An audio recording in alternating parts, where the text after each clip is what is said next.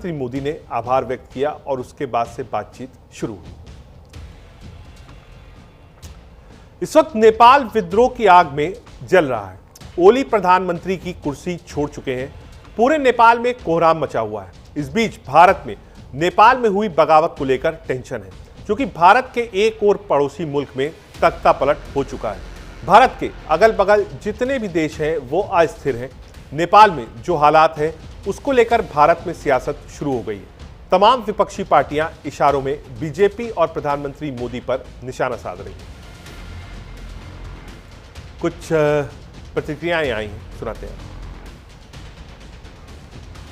देखिए, माननीय प्रधानमंत्री जी ने कल जिस तरह से नेपाल के सारे घटनाक्रम पर ट्वीट करते हुए अपनी तरफ से जो चिंता जाहिर की थी,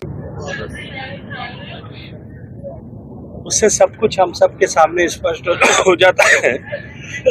नेपाल में जो कुछ हुआ है वो चिंताजनक है, लेकिन जिन कारणों के चलते हुआ है वो और भी ज्यादा चिंताजनक है। नेपाल में रहने वाले भारतीय जो बहुत बड़ी संख्या में रहते हैं, वो सभी लोग सुरक्षित हैं। उन्हें किसी तरह का कोई खतरा या उनके खिलाफ किसी तरह की कोई भी हरकत अब तक संज्ञान में नहीं आई है। जो पर्यटक भारत के नेपाल में थे, दर्शनार्थी थे, कुछ लोग कैलाश मानसरोवर की यात्रा के चलते हुए उस मार्ग पर थे, उन सब लोगों से निरंतर संपर्क बनाया हुआ है, क्योंकि वहां अभी नोटम लगा है, वहां किसी भी तरह का एयरपोर्ट ये सब कांग्रेस की भूल है। अराजकता इसलिए हो रहा है कि कांग्रेस ने इन देशों को अलग रखा।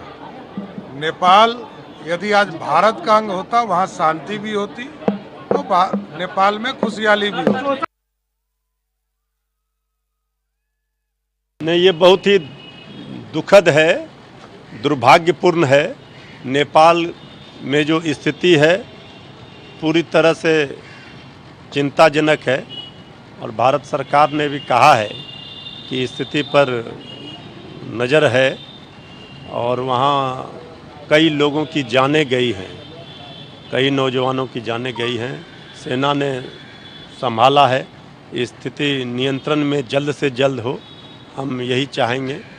और नेपाल सरकार के किस गलती के कारण इस तरह का माहौल बना और इस तरह की आगजनी हुई, हिंसा का कोई समर्थन नहीं कर सकता, और हिंसक प्रदर्शन या हिंसा किसी भी समस्या का समाधान नहीं है। इससे सिर्फ नुकसान ही नुकसान है। लेकिन जो स्थितियां नेपाल में उत्पन्न हुई काफ़ी चिंताजनक है, दुर्भाग्यपूर्ण। I will certainly assess the situation with our security forces guarding the border, and also talk to the people in the border areas. There is a novel called All Quiet on the Western Front. I read it only the other day. I want to ensure that it's all quiet on the Eastern Front. That's the purpose of my visit.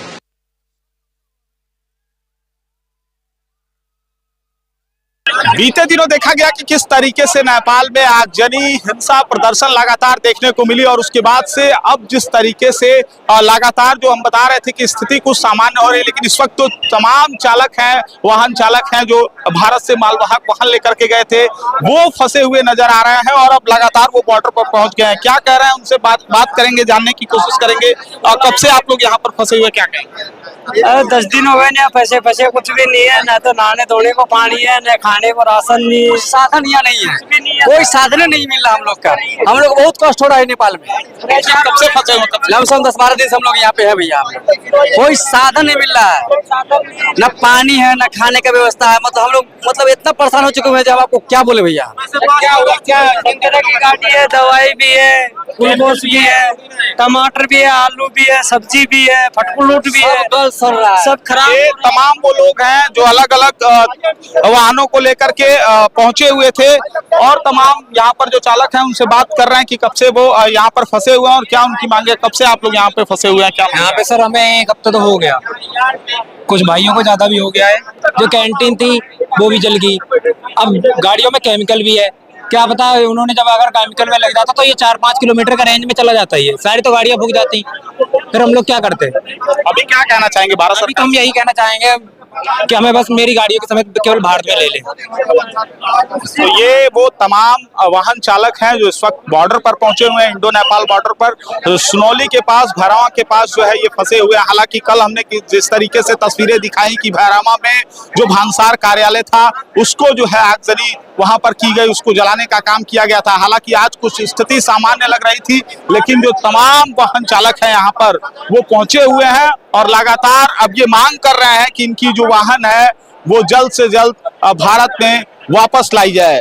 Camera person सागर के साथ मैं अनुराग Tiwari, news India. आगे बढ़े लेकिन उससे पहले एक बड़ी खबर आ रही सीधा